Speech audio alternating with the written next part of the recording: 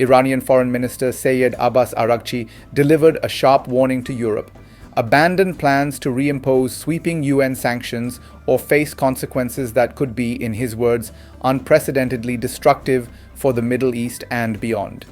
He argued that Iran is ready for a real and lasting agreement, one that includes strict international monitoring and limits on uranium enrichment, if and only if sanctions are lifted.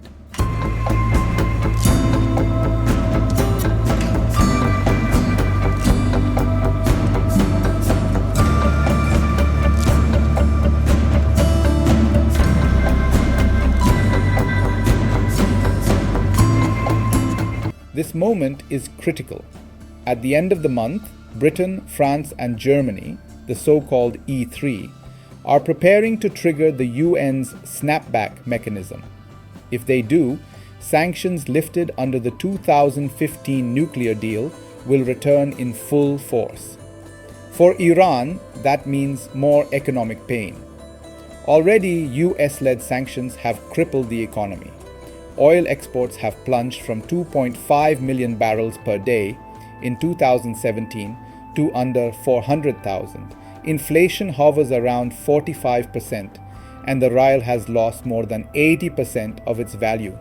Tens of billions of dollars in foreign reserves remain frozen. For ordinary Iranians, daily life has become a struggle. To understand why this matters, we have to look back at the 2015 Joint Comprehensive Plan of Action, or JCPOA.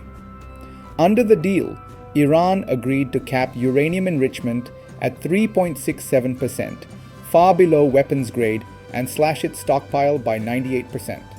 International inspectors from the IAEA were given unprecedented access, and for years they confirmed Iran's compliance. But in 2018, President Donald Trump pulled the United States out of the deal, reimposing sanctions under a maximum pressure campaign. Since then, Iran has expanded enrichment to 60% purity, just short of weapons grade, and built up a stockpile of over 4,000 kilograms, far beyond the JCPOA's 300 kilogram cap. This escalation has set the stage for confrontation with Israel, which sees Iran's program as an existential threat. Last June, a 12-day conflict erupted when Israel struck Iranian positions. Tehran claims it forced Israel to retreat, a sign, it says, that Iran's military remains capable of deterring its enemies. Araghchi's article mocked Israel's reliance on Washington, saying it would always turn to grandpa, a jab at the United States for help in any prolonged fight. Yet Araghchi also highlighted progress. He said Iran had made headway with UN inspectors over access to bombed nuclear sites, one of Europe's key conditions for deferring sanctions. But danger looms at home. Iran's conservative parliament is debating a bill that would pull the country out of the Nuclear Non-Proliferation Treaty if sanctions return. That would mean expelling inspectors and leaving Iran free to advance its program unchecked. His harshest words, however, were reserved for Europe.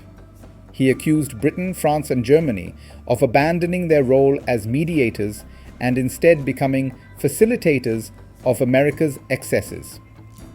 Europe, he argued, is undermining its own credibility by aligning too closely with Washington. He pointed to Trump's treatment of European allies, from the sidelining of France and Germany in the Ukraine crisis to his dismissive view of Europe as secondary players. Triggering the snapback, Araghchi warned, would only isolate Europe further while leaving the US firmly in control of future negotiations. The dilemma for Europe is clear: trigger sanctions and risk pushing Iran out of the global system entirely. Hold back and risk being accused of weakness. Either way, the stakes are massive. A collapse of diplomacy could trigger another Middle East war, drive oil prices higher, and weaken Europe's already fragile influence on the global stage. Iran says it is ready for compromise, but only if sanctions end. Europe says it wants accountability, but risks losing its leverage. And in the background, Israel waits, prepared to act if it feels threatened. The next few weeks will determine whether diplomacy survives or whether the Middle East edges closer to yet another devastating conflict.